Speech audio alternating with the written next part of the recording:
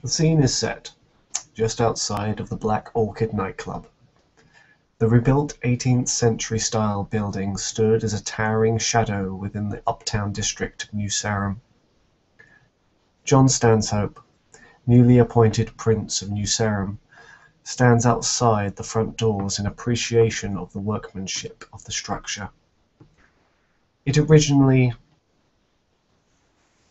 was destroyed by the wreckage and insanity of the Malkavian Wraith when, during his famed rampage through the city, drove an oil tanker straight through the entrance. John reflected. Wraith was a worthy rival, he thought. During his lucid periods, he played the jihad well.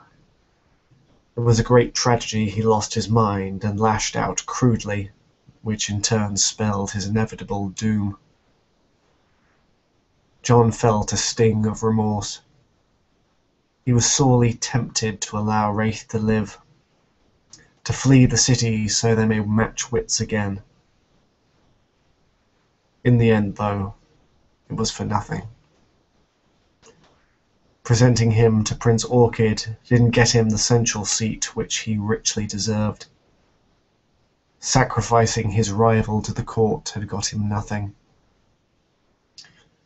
His request waved away for Iris, whose brainless approach to leadership brought the city to the sorry state it is in today.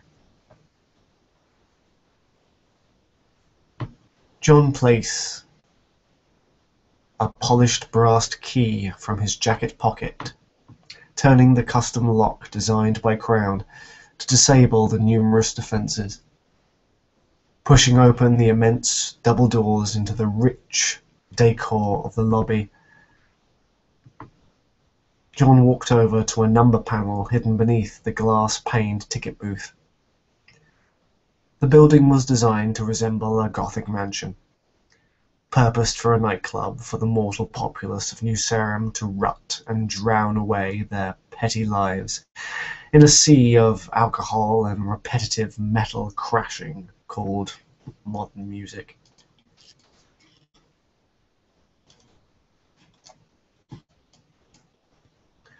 John strides past the various dance rooms. He cared little for the polished black floors, monstrous sound systems, and elevated DJ booths.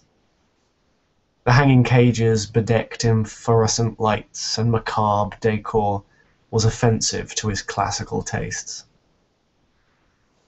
But Mr. Brooks, his accountant, claimed that there was money in nostalgia, and the neo-goth scene in New Sarum was a cash cow. The layout of the building allowed for numerous subcultures to waste their free time side by side.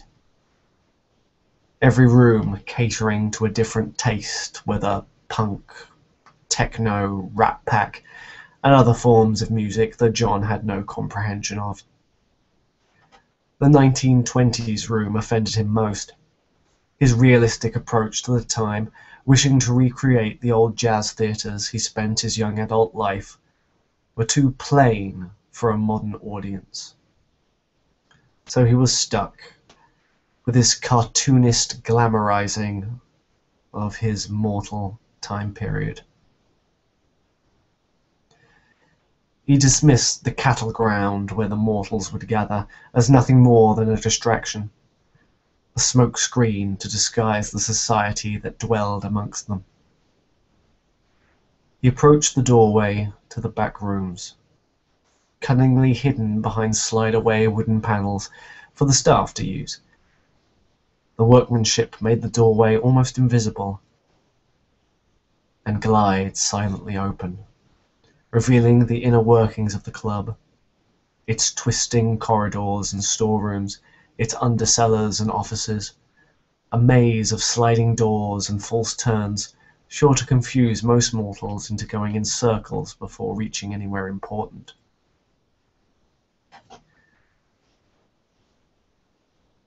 Travelling with confidence, John begins his ascent to the older parts of the building, which were untouched in the destruction. He smiles at the familiar walkways and paintings. He allowed himself to remember his time within these walls, wrapping himself in the comforting blanket of nostalgia. Taking a quick detour to what was once mockingly referred to as the staff quarters. A set of 6 rooms side by side, barely bigger than a cupboard, where he had spent his first 12 years in New Sarum.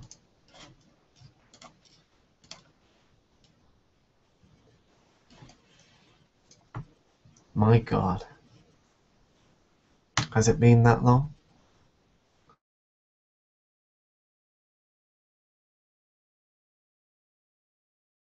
Imagine those times. Sold to Lady Orchid by his sire for furthering his education. It seems his education was little more than another form of servitude, albeit in grander company. Made to polish boots, press shirts, write dictations, all for the great Orchid bloodline. John seethed at the memory that came bubbling from his mind. Made to serve vitae in the crystal goblets of the Orchid estate, pouring the thick liquid for each of her begetted childer. Clarity herself across the large dining table, lecturing the 2 children on the responsibilities of leadership and the intricacies of jihad. Her silver gown stretched across a slender frame, sparkling with a myriad of diamonds, pressed and shaped from her former enemies. A creature old as time, spouting her numerous victories and triumphs to the rapt audience of her brood. Kennedy, of course, the first son, transfixed, soaking the majesty in, his chest inflating at his self-importance for his inclusion of such a renowned line. Iris, across from him, empty head daydreaming while reading some trap about flower arranging or some nonsense. God, I hated them. Their wealth, their power, their privilege. They wasted it, never knowing anything different. Their casual dismissal of such a lowly neonate, created to fulfill their needs, an eternal servant, given less respect than their ghoul Aronson, bought for much more of a pretty penny than John, as far away as the east where the Assamites lay. A testament of Clarity's charity, taking on such a lowly cousin to bask in their presence. Allow the boy the pleasure of creating our vitae. Let him waste his talent on unappreciative tongues, and give nothing but derision and scorn in return. It was that day. My God, I froze in terror. When finally, out of nowhere, Lady Orchid looked at me with her cold, piercing eyes. "John, boy." I panicked. Mouth dry, in my throat. What had I done? What was I to do? Was I too loud? Broke etiquette of the evening? Why were they looking at me? Was this the day they had tired of me? Was I to be disposed of? Sent back to England to the fury of my sire for some unknown failure? Cast aside again? Or perhaps to be a part of her dreaded chandelier, or one of the brooches she wore now? "I have a new project in the wings, and I need someone reliable to manage it. You're still interested in that herd farming you do, aren't you?" I could do nothing but nod dumbly. "Well, perfect. I have plans to create a prison. And that was it. A task. A goal. My own project. A whole prison complex for me to pursue my craft. Finally, a chance to prove my worth. To acquire Dignas. To serve Camarilla and clan. To be released from this servitude and be a venturer in my own right. I could barely stand. Too eager to return to my notes. So many ideas and recipes to formulate. Dreams of hosting evenings, sampling my vitais, being admired, adored, respected. Finally getting recognized as a kindred of purpose, a kindred of vision. That night, sitting at the directorate as an equal, I spoke of my plans and they listened, considering my words. I discussed politics and plans with noted venturer I'd only heard about: Williams, Kennedy, Flagg, Lotharius, venture of Dignas, and respect, of standing and status within the city. Having them finally see my potential, my burning ambition and desire for greatness,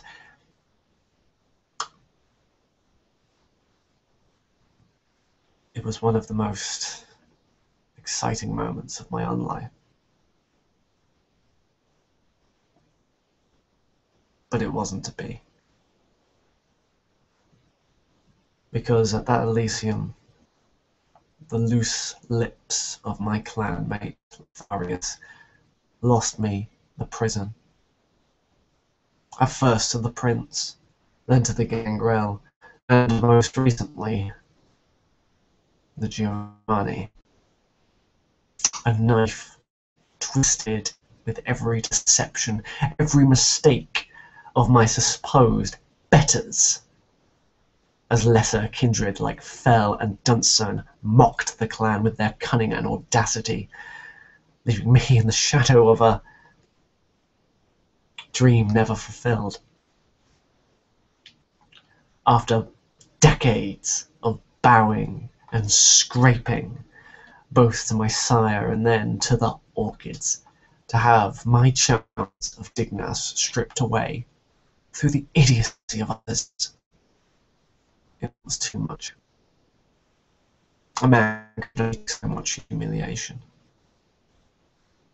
but I endured. Serving the clan, working my schemes behind the scenes, of course, playing the faithful servant. The clan comes first. John snaps out of his bitter memories, a smile spreading across his lips. But not for long. That stain on my achievements will soon be wiped clean. The reward will be all the sweeter for the wait. Prize too long denied. Now I had to snatch victory. Leaving staff quarters, John strides away from the room. He had outgrown it. All beginnings of a great legacy, he thought. He moved through the galleries and storage rooms, before stopping suddenly. He turns his head and looks across into another room, its door left ajar, revealing somewhere he hadn't intended to come across. He moves slowly into Lady Orchid's music room. The lavish hall filled with antiques and curios, jeweled harps, lovely restored violins, and a grand piano taking pride of place at the center. John stops and stares at the piano, a dull ache in his chest. He walks slowly, tentatively towards it, placing a finger across its smooth, varnished wood. He remembers this was the instrument that Calliope taught him to play. And on those antique armchairs he discovered the power of Auspex. He remembers how his cold heart leapt at being near the young Toreador fledgling. How beautiful she looked, entranced by the various instruments within the room, fluttering from piece to piece, enwrapped in the craftsmanship, gliding across the room in an unintentional dance, both alluring and erotic. It was that night they both realized the spark between them. They discussed it at length during one of their nights on the town months later. Despite the burdens they were both under, her enslavement to Leo Zimmer, the sire, my own responsibilities to the clan. Something was found in that small moment worth cherishing. Their hands touching across the keys, her soft whisper against his ear.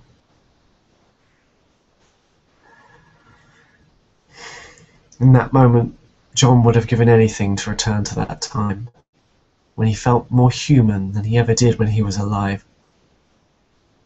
His mortal life was one of constant struggle. From the gutters of Southwark, surviving his father and avoiding his mother,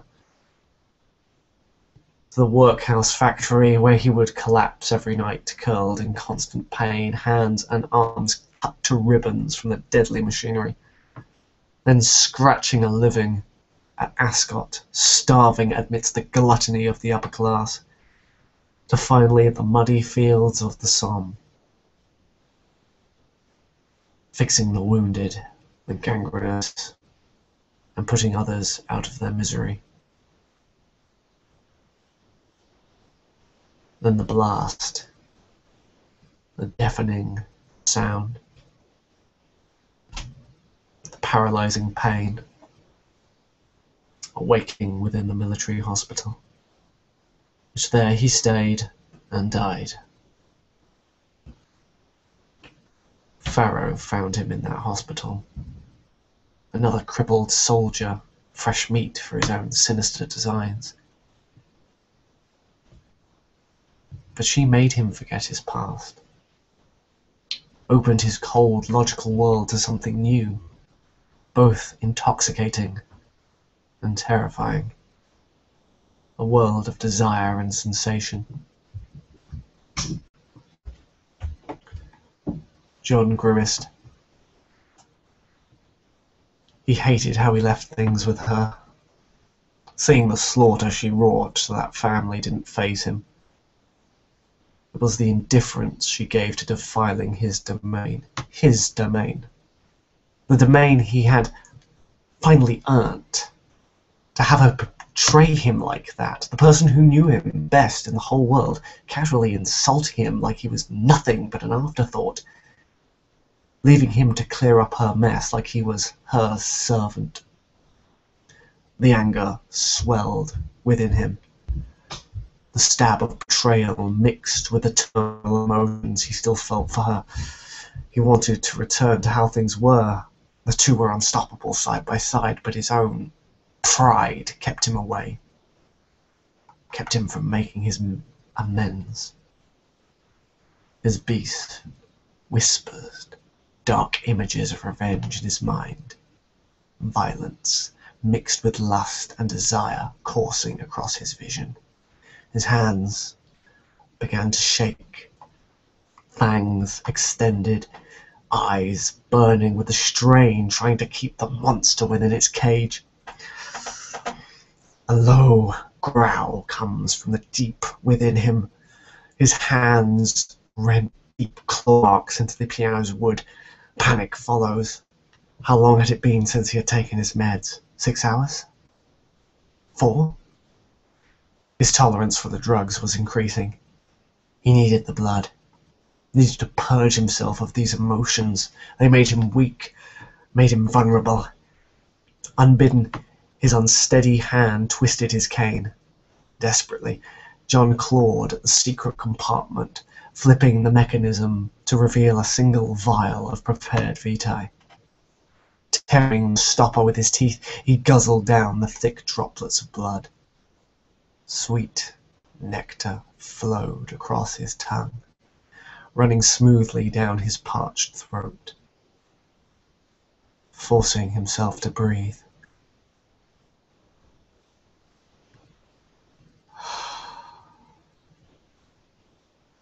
The relief washes over him. The singular bliss enveloping his mind in a blanket of numbness. John wondered how he got onto the floor and why his hands ached.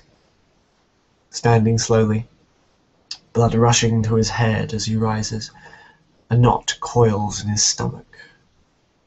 What would they say if anyone found him like this?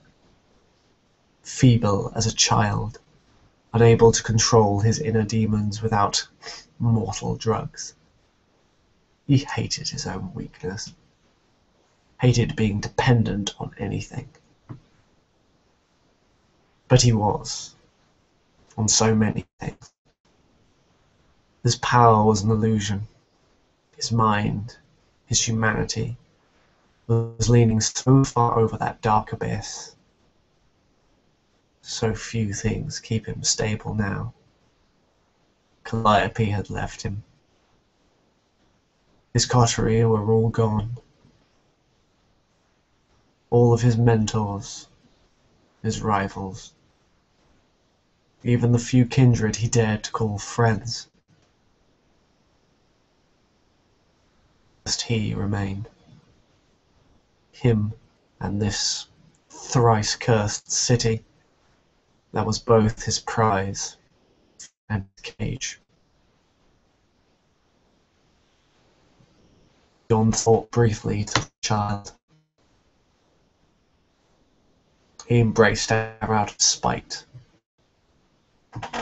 savouring the image of horror on Calliope's face when she looked upon the small creature she had murdered, cursed because of her. But now, John had become fond of the tiny kindred. When the dreams came, and John questioned his own sanity, he would play the role of doting father. It gave him focus, allowed him to believe he was human again, ever so briefly. Deep down, John knew he would have to kill her one day. She was too small to live as a true kindred. His fondness for the girl would get him killed. It was only a matter of time before she put their lives at risk through ignorance. She was a replacement for Calliope, he knew. Another way for him to put on his mask of normality and play out his own twisted fantasy of being a man again. He made himself not think about it. He didn't want to have to deal with the reality of the situation. Just another week. A month. Give her the upbringing he never had. Just for a little while longer.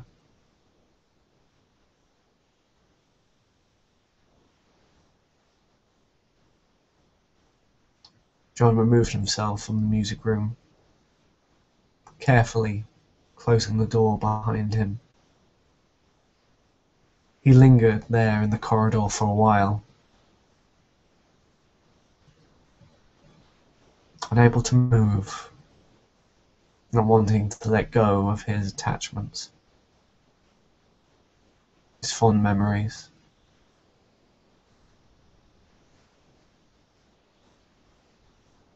In time, he began his journey again, reaching the upper floors.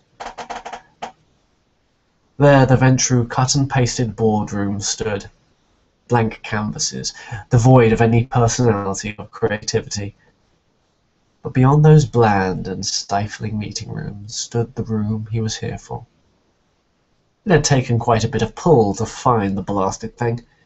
Aronson enjoyed moving it about to prevent its theft, making it almost impossible to find.